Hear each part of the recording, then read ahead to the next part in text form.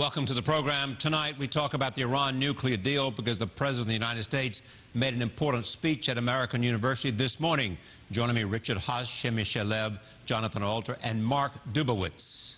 Tony, this deal's moving forward. This deal's moving forward even if there are 80 senators who vote in a joint resolution of disapproval. It's moving forward because the statutory sanctions block that's in the legislation that supposedly will prevent the President from giving the sanctions relief committed to under the deal can be vitiated by the President using executive orders, by de-designating Iranian entities, and by declaring that the Central Bank of Iran, which is one of the key legislative sanctions, is that legislative sanction was unconstitutional. The President actually said that in 2012. So the President is moving forward with this deal. The President makes the case for the Iran deal, and a group of media observers make the case for the impact of Jon Stewart. When we continue. From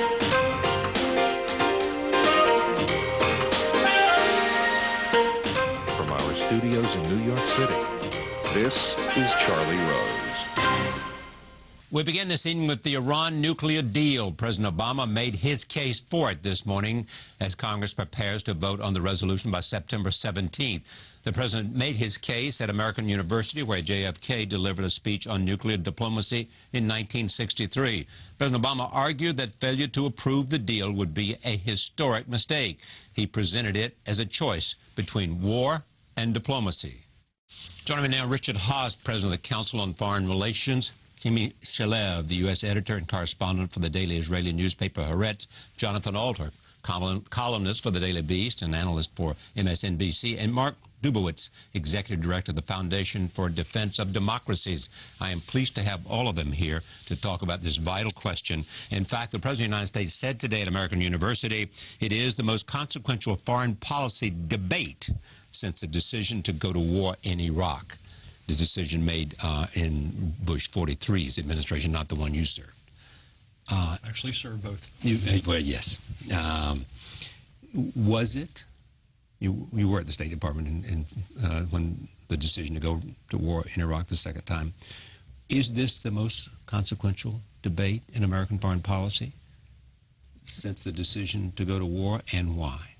Look, it's certainly high on the list. You could argue that the decision not to get involved in Syria was quite consequential. You can argue that some of the decisions on trade agreements are extraordinarily consequential. But yes, this is high both in the specifics, given the Iran nuclear issue, given how already turbulent the Middle East is, and the fact that the United States has put a lot of credibility on the line, so the stakes now transcend the regional. And also there's the issue of American reliability and predictability. So yes, this is a high-stakes issue, for sure. The most consequential debate for America, you think? It's certainly one of the most consequential debates for America, and it is certainly one of the most consequential events in the history of the relations between Israel and the United States. I think a fact that was accentuated today by the speech, which was unprecedented in its singling out of Israel in such an important forum, for being the only rejectionist country in the world, and for attacking the Prime Minister both directly and by implication. I don't think we've seen anything like that ever before, and I think it'll make Israel, it's going to be a bracing speech for Israelis, and I think for many reasons also for a lot of people who belong or are connected to the Jewish establishment. They'll take offense at it. They will take offense at some of it, yes. You know, President Obama, if I can talk just for a minute about American Jews, he sort of touched on raw nerves that American Jews have. He spoke in ways that he spoke about the lobbyists and the tens of millions of dollars, which reminded people of President Bush's famous, first Bush, famous press conference in which he spoke of himself as a tiny little man standing up to 1,000 lobbyists over the hill, which is one of the more uncomfortable events in Jewish relations with the administration. And he said that he doesn't think that he should act because it creates friction with such an ally, with a good ally of America, which reminds people of President Reagan, who once said that foreign countries should not be dictating the policies, the foreign policy of the United States. And so I think he touched... right. I'm sure he was right, but it's nonetheless saying it. There's a difference between knowing something and saying something. And I think that it was a bit, it's not, I think it was tougher than what people in Israel at least and in the Jewish community expect it. But a lot of people take offense in America at the efforts of the Israeli prime minister to come here and to lobby Congress the way he did and speak against the president the way he did, which it seemed to me even more dramatic than a speech at American University. There are a lot of people in Israel who criticize the way the prime minister is handling this. My newspaper has an interview with the president of Israel, which will be published on Friday, in which he criticizes the way that the prime minister is handling relations with the United States, especially on the issue of Iran, and he thinks that the prime minister should show more restraint. But one does not negate the other. You can be critical of the prime minister and still be offended, say, by the tone that the president took. Yeah, you can be offended by both, you're saying. I want to come back to this because you have the idea that the prime minister would have been much better served if he'd come over and said, let me speak to some people, let me make clearly the points that I believe in, and let's have a dialogue here rather than going full force against the president. Yeah, I think if it's a stark choice of yes or no, it doesn't give you a lot of chance to influence things, and essentially it's a black or white decision. What I testified on earlier this week before the Senate Armed Services Committee, and where I actually think the United States will come out, will be something a little bit in between, that if there is a decision to go ahead with the agreement, there will have to be added to it, whether formally or informally, a set of conditions. What would be intolerable that Iran would do now in way of noncompliance? What would be intolerable in 10 or 15 years in terms of their nuclear arsenal? What we would do in order to reassure Israel, the Saudis, and others in the meantime. So in, say, in the case of the Saudis or the UAE, they're not tempted to go ahead and have nuclear programs of their own. So what happens to the agreement if we put all these conditions to it? Do the Iranians have to agree to it? No. These would be unilateral American statements. They wouldn't necessarily be amendments to the treaty. What I'm thinking of is either a White House statement or some companion legislation or a joint resolution that would make it clear how the United States plans to address what I would claim that are the clear flaws this is a resolution in this agreement. with the impact of law. Yeah, which hopefully the president would back. And again, I think this is a seriously flawed agreement. That's my own view. But if it is going to come into effect, then I think it's incumbent on the United States to address and compensate for those flaws. You've talked to a lot of members of the intelligence community in Israel, or at least one. Well, you know, the interesting thing is there's an impression in the United States that all of Israel is against this. And I think that AIPAC and other lobbyists have tried to, you know, push that across. Obviously, the political establishment in Israel, including the Labor Party, is against the deal. But if you talk to former intelligence officials, former heads of Mossad, Shin Bet, which is the internal security service, people in the defense ministry, about 70 of them have signed a letter saying, look, this deal might not be perfect, there's some real problems with it, but it's basically a done deal, and it is harming Israel to continue to object to it instead of moving forward to focus on how will we convince President Obama to really focus on interdiction of Iranian arms shipments to Hezbollah and the whole series of other issues that they're worried about when the sanctions are lifted. And so I think it's totally proper to focus on, as Richard is, on those downstream issues. But first you have to get to the point where the deal is approved. And what was really striking to me about this speech today, Charlie, which I think was one of the most important of Barack Obama's presidency, you know, this has been his top issue since the day he came to office, because he prioritizes nuclear weapons at the very top of his job, right? So he raised the stakes in two important ways. He basically said that the credibility, that was the word he used, of the United States was on the line, and that if the deal was defeated, we would no longer be the anchor of the international system of collective security which has existed since the end of World War II. We have been the leaders of the world in collective security. He said that will end if the deal is rejected. The other thing he did to raise the stakes I thought was fascinating was he intentionally delivered a highly partisan speech in which he was essentially saying to the Democratic Party, you desert me on this, you're no longer Democrats. This is a bedrock issue for you if you're a Democrat. They desert him on this, he's in trouble. Right. So, and the Republicans need 13 senators to desert. It's not likely, but he's trying to make sure that those 13 are not convinced by this powerful lobbying campaign. Let's raise this question that you just said about the speech and what the president said. You know, if this deal does not pass, and we're clearly going to have a huge debate, it's in force already, you see, with lobbying and every other kind of possible means to influence. Will it have that impact? Will we no longer be, in your judgment, the anchor for... Charlie, this deal's moving forward. This deal's moving forward even if there are 80 senators who vote in a joint resolution of disapproval.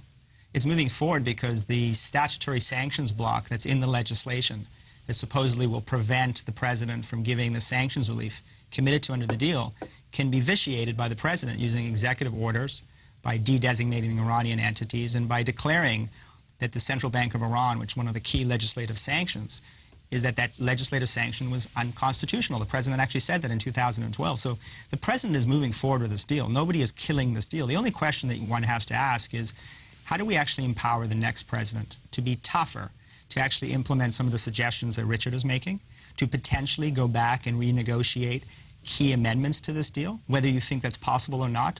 The fact of the matter is, in U.S. history, there have been over 200 agreements, international agreements, where Congress has said no, and we want these amendments, and presidents have gone back and renegotiated agreements. And some of those were major agreements in the Cold War, where the Soviet Union had thousands of nuclear-tipped missiles aimed at us. So whether you think it can be done in legislation, as Richard has suggested, or through amending this deal, the fact of the matter is that you need to empower the next president to negotiate tougher with the Iranians or implement the current flawed agreement in a much more vigorous way. And I think that a vote of disapproval will actually do that. So it just pulls a thread on the whole deal. I mean, that would be disastrous for the United States. There's a different way to do it. I didn't much like the speech. I thought it was quite unpresidential. And I thought because it was quite partisan, or what? Yeah, and the fact that he disparaged critics who he said were wrong about Iraq or wrong about other issues. Well, someone could say, why should we listen to you, Mr. President, on this if you were wrong about Syria or Libya? I thought it was way over the top, and I thought he actually, in that sense, hurt his own case. But he did open the door on one interesting thing. He drew a parallel to the SALT and START agreements. And he said, look, this is a temporary arms control agreement. It's going to expire, parts of it, after 10 or 15 years on centrifuges or on enrichment. There could be follow-on agreements. So that, to me, is exactly the point. It's not so much amending this agreement, but I actually think one of the things we ought to start doing pronto is meet with the Europeans, with the Brits, the French, the Germans, and potentially with the Chinese and Russians, and talk about the follow-on agreement. Because we don't want... About the Gulf nations. Exactly, them too. We do not want, after 10 or 15 years, Iran to become an industrial-scale nuclear power. Whether they technically have weapons or they're one screwdriver turn away from that, that's not an acceptable outcome. So we ought to be thinking sooner rather than later about what is the follow-on agreement to this agreement. What is your sense of where Senator Schumer is?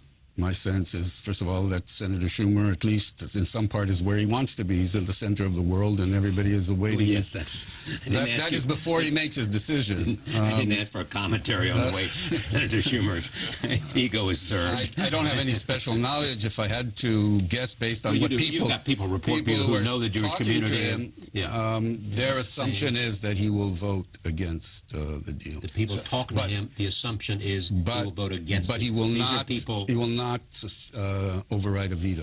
So he'll vote against, but not override a veto. That's true, by the way, I think, of many of the Democrats, even those that are already coming out and saying that they will oppose the deal. Yes. But between the two votes, or after the initial vote to disapprove, then the presidential veto, that is when I believe the White House will have to engage in a conversation with senators and congressmen about what other U.S. policies will be introduced into the mix. How would we specifically deal with suspected non-compliance? So are you recommending that they have a vote against? I'm not recommending at the first vote. Oh, well, do you think it would be the best thing? Then I'll phrase it in a way that gets the answer. Whether it happens then or afterwards, I think the best thing is the United States effectively has an addendum to this agreement that would deal with three issues. How do we deal with non-compliance? Because the agreement is quite vague in many areas. What are we going to do regionally to offset the fact that Iran is going to have more resources to pursue its imperial aims? How are we going to reassure? Has the president spoken to that? Oh, I don't think so. Well, yeah, he's clearly spoken to it, and whether he's spoken to it enough in detail. And then thirdly, how we're going to deal with the long-term nuclear challenge. He basically said, we know that some of this $100 billion is going to be used for that, but that it's high on our own. Well, fine, then what are we going to do about Syria? Because right now it's going to put Iran in a better position to support Bashar al-Assad. Right. What are we going to do in terms of other challenges that Iran is fomenting with Hezbollah, with Hamas? It would be important to have this conversation. I would repeat what he says. He says, look, we're trying to do that every day, regardless of this agreement. Right. But this agreement does exacerbate that to some extent. Presumably, you would want that as a sense of the Senate resolution, not as binding law. You and I have talked often about your view that the executive should have a free hand in foreign policy, so you wouldn't want Congress tying his hands, just going on record with what he should do. Congress on record and maybe the president on record. I can imagine a formal exchange between the two. The president could have a communication, say, to Senator Corker, the chairman of the Senate Foreign Relations Committee. One way or another, I think it's important that countries in the region who are friends understand the United States. But if that's not possible... Well, I think it will be possible. But if it's not possible, should this agreement be voted down? If you don't have the additional steps that you're recommending, should this agreement be voted down, in your judgment? It is a costly move to vote it down. But again, I think that in order to get the votes, in order to pass this, you will need to do the sort of thing I am suggesting. Why is it costly to vote it down? I think there's two levels. Sanctions will already fall apart, as the president promises? A bit of that. The Chinese and Russians will clearly go there, and the Europeans to some extent will. I think the global perceptions of the United States, I don't want to compare it to the League of Nations, that's overly dramatic, but there is a sense that we've gone very far down the pike, and for the United States to simply not act in a unified way, despite our Constitution, would be problematic. And then there's what Iran would do.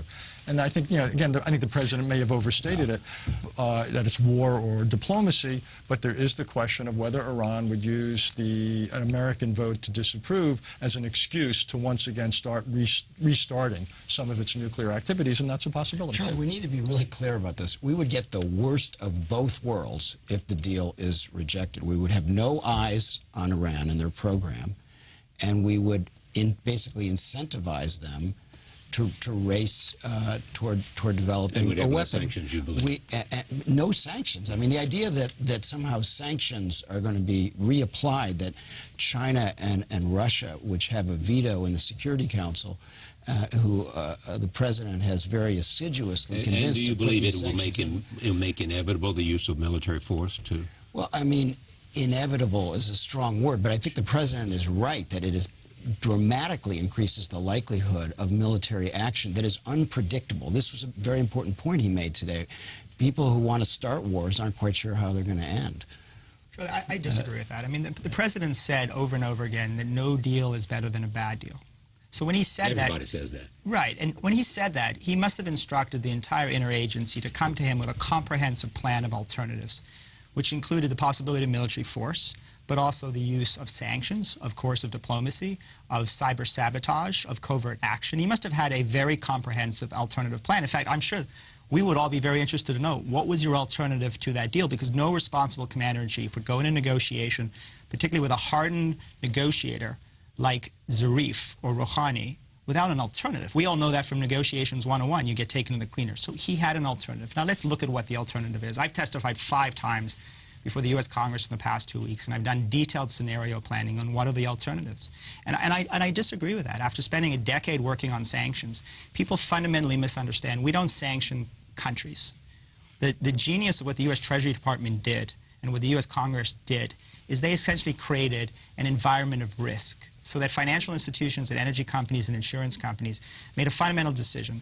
You either have access to the $17 trillion U.S. economy or the $400 billion Iranian economy. And if you make the wrong choice, there are going to be consequences, and many companies paid that price. I don't believe on a congressional vote of approval that these companies are going to be rushing in. I don't buy this argument there's going to be some gold rush. I think that they're going to be very cautious about going back into Iran because of the counterparty risk, and more importantly, the political risk. I'm reading one story after another. I have people lining up to go back in if, in fact, the sanctions are... I just want to point out that the alternatives that were prepared by the administration in case of failure were in case that there was no deal, the P5+1, and we're all in agreement that there wasn't any deal. The Iranians were cast as the villains, and the administration had an incentive and an interest and stood behind maybe even making the sanctions tougher. That's not what's going to happen if the deal gets voted down. Iran will be the victor. It will have achieved one of its greatest diplomatic victories in international arena.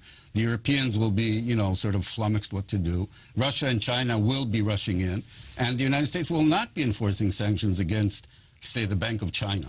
And so the alternatives existed, but they no longer exist under those circumstances. I mean, the alternatives exist. Now you're admitting that there are alternatives. Now we just have to I'm discuss saying the delta between what were the alternatives and what are the alternatives now. I don't accept the argument all of those alternatives have vanished. I think we need to do a systematic analysis of what the alternatives are. And I would recommend that the U.S. Congress should actually ask the administration for a analysis of what were the alternatives, what are they today, and what is the delta between those two. From the President, what do you think the alternatives are? You can't have 535 people, members of Congress, negotiating for the United States. That's not the way we work. Chairman Bob Corker, as far as Foreign Relations Committee. I'm not saying they don't have a role, but you can't have them negotiating. Now, as far as the unilateral American sanctions, we tried that in the Bush administration.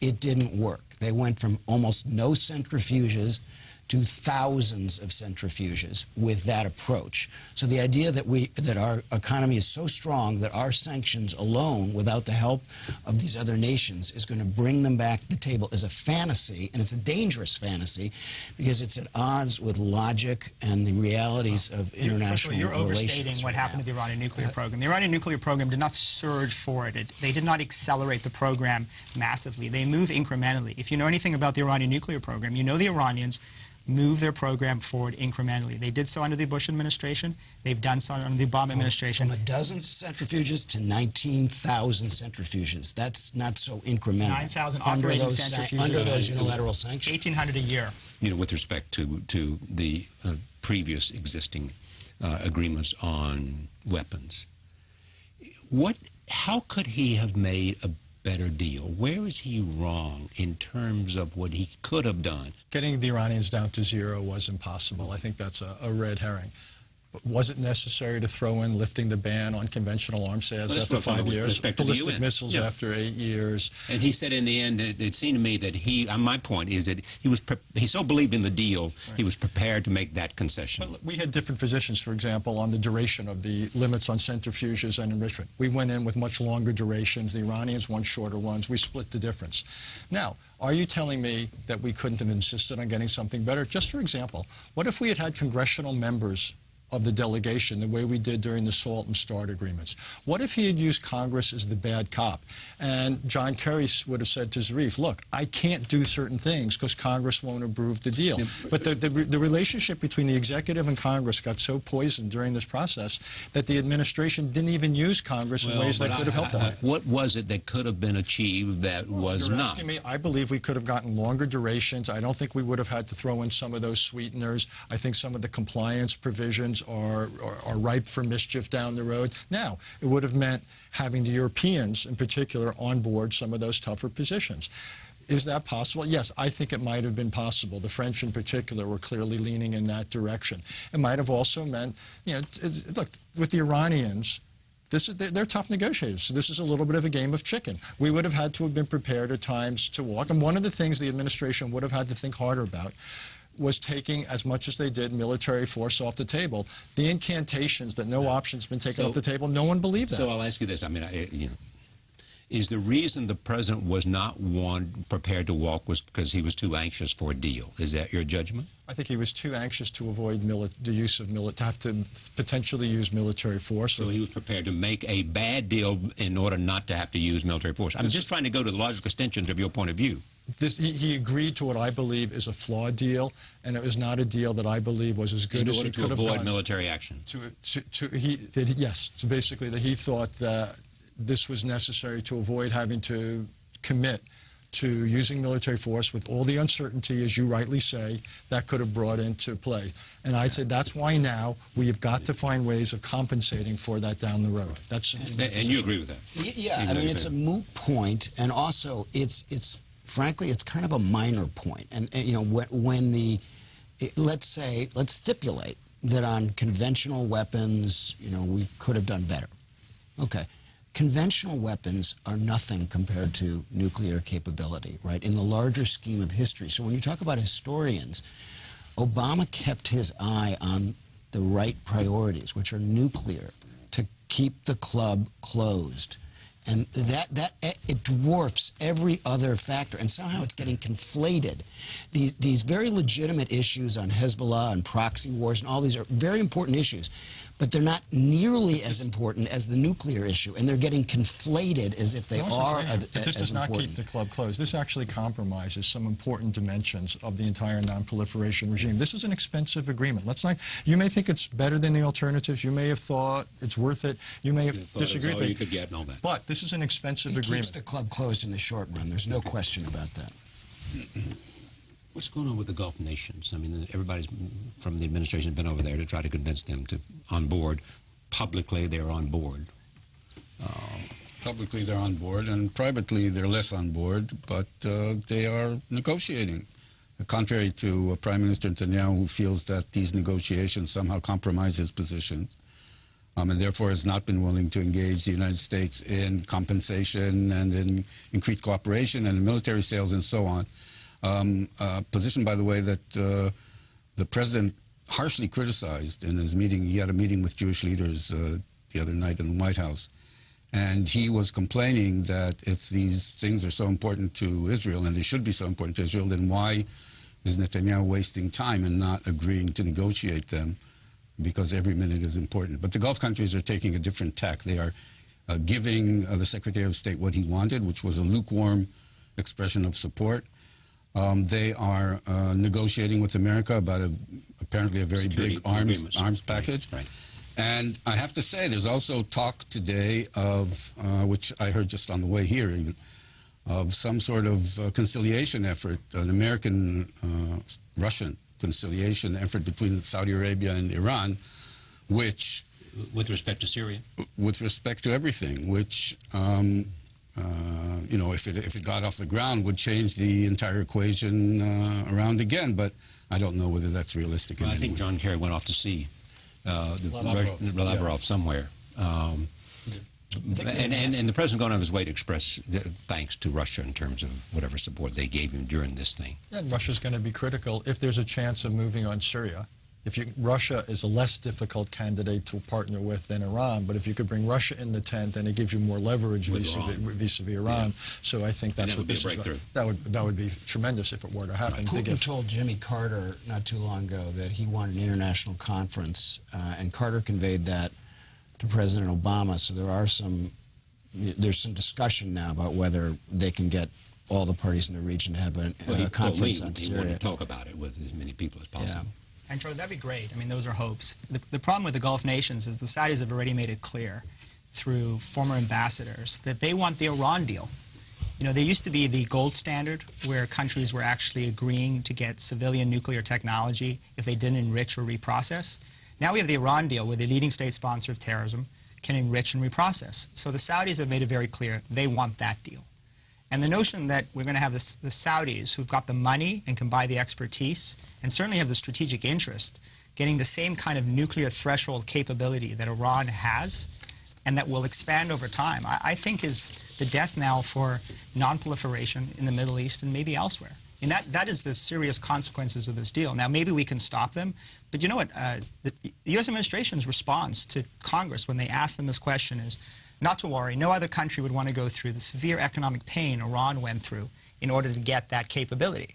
Now, that's a great answer, except when it comes to the Saudis, we're not going to cut off Saudi oil exports, designate the Saudi central bank, and kick multiple Saudi banks off the SWIFT banking system. We are not going to have the same kind of sanctions tools to use against the Saudis or the UAE or even the South Koreans, for example, who want to have the same kind of capability. That is the problem that this deal will ultimately trigger. Not a proliferation cascade. If Iran gets the nuclear weapon. No, Charlie, not if short of that. No, but it reaches a threshold. They are at the threshold. Well, they're there now. Which they're guaranteed to do. No, they're not going to have a weapon now. No, but as the president said it in the NPR interview, the time that, breakout time will grow, but then from years 10, 13, 15, the breakout time will shrink. Yeah. So Iran will get to the threshold under this agreement with all the uncertainty of what comes afterwards, and the danger... Unless something changes. Unless there's a follow-on agreement that's introduced. Or change in behavior. Well, you can't count on that. In terms of Saudi Arabia, they have no program, zero program, and if they race toward importing all kinds of foreigners to develop a program, it would create a huge crisis in U.S.-Saudi relations. They are very unlikely to want to risk that. They just signed a multi-billion-dollar deal with the Russians and with the South Koreans to build a quote-unquote, Charlie, civilian nuclear program. Obviously, we have more to discuss than we have time. Thank you very much for coming. Thank you. Thank you. Back in a moment. Stay with us.